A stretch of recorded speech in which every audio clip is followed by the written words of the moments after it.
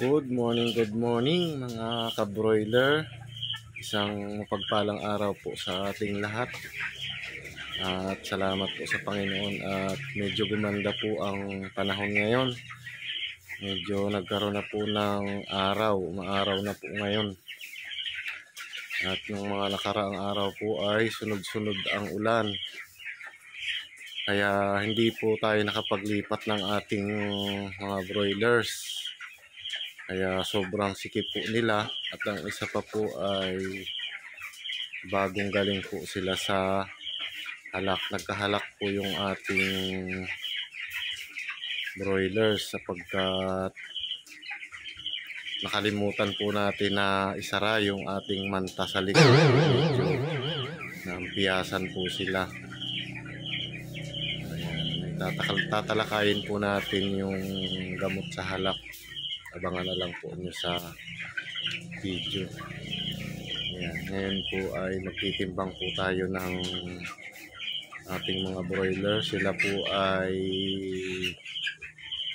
15 days ngayon. Titingnan po natin kung okay na yung timbang nila kahit dumaan sila sa pagkakaroon ng halak. Ayan, isa rin po kasi yun sa nagpapagaan ng timbang pag sila ay nagkaroon ng halak. Mabuti na lamang po at naagapan po kaagad natin.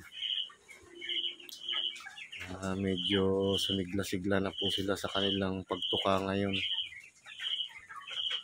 Hindi po katulad ng mga nakaraang araw na medyo humina po sila. Ayan, yun din po yung isa nating kailangan na masubaybayan po yung pagtuka nila saka yung kilos nila. Dapat po alam natin, ramdam natin kasi parang mga anak na din po natin yan sila eh. Ramdam natin yung bawat galaw nila kung may problema. Ayan. Ayan, ito po sila oh. Medyo maskip po talaga. Ayan. Hindi po natin nailipat kasi sunod-sunod ang ulan. Ayan, mamaya pa po ako maglilipat. Ayan. Talagang ano sila, sobrang sikip.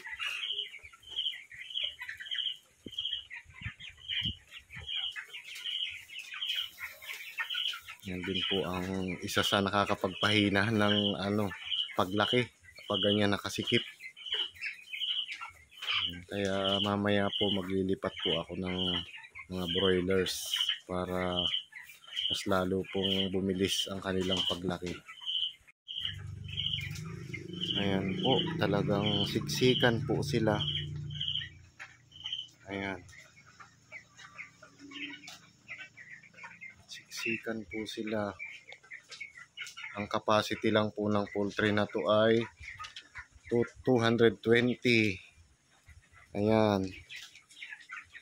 Tapos ang load po niya ngayon ay 460. Ayan. Awa po ng Panginoon ay zero mortality pa rin po tayo. Ayan.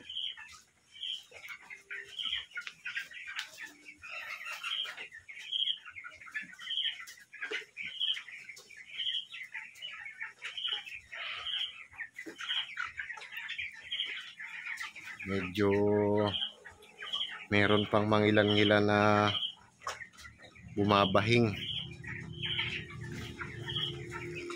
Yan po yung isi-separate natin para maagapan. Nagtatry po tayo magtimbang ng isa kung maganda na ang timbang niya.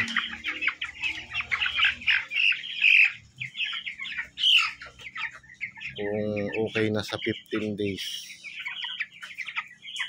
Ayan, medyo mababa nga po ang timbang niya sa 15 days. Dapat po sa 15 days ay naka 1 kilo na sila. Ayan. Sa kadahilanan nga po na nagkaroon sila ng halak, kaya ayan, bumagsak po ang kanilang timbang.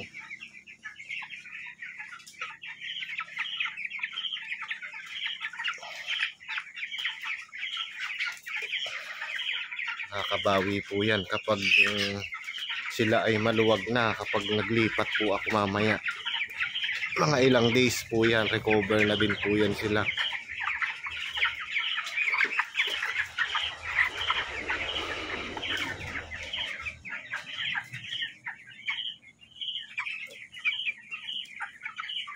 Yun, meron naman pong pumapasok sa 1 kilo.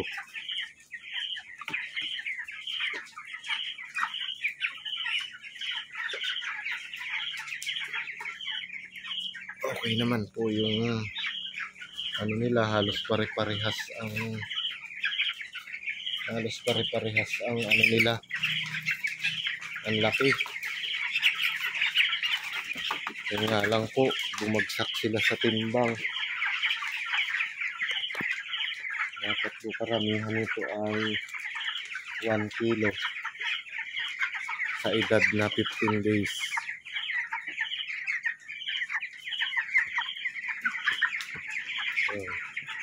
Meron naman pong mangilan-ngilan na umabot sa average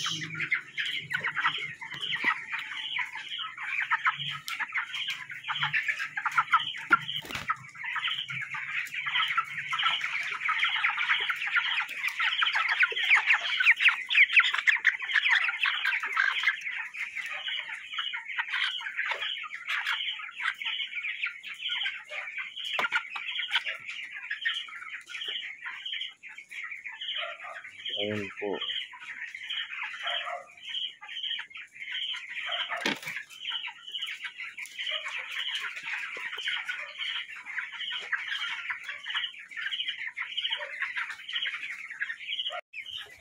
Kaya payo ko lang po sa ating mga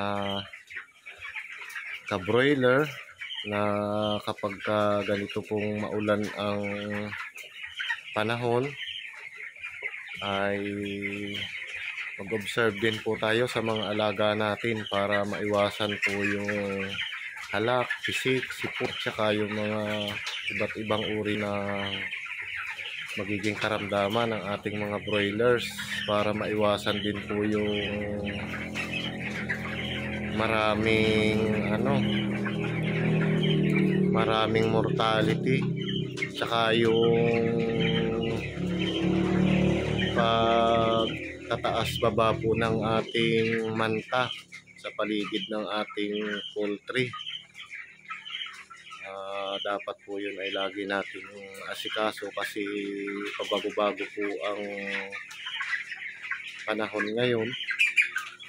Hindi po natin naasahan, minsan ay malakas ang hangin, papasok yung ampiyas sa ating poultry, maaabot po yung ating mga broilers. Ayun, mag-uumpisa na po doon yung sakit. Yan.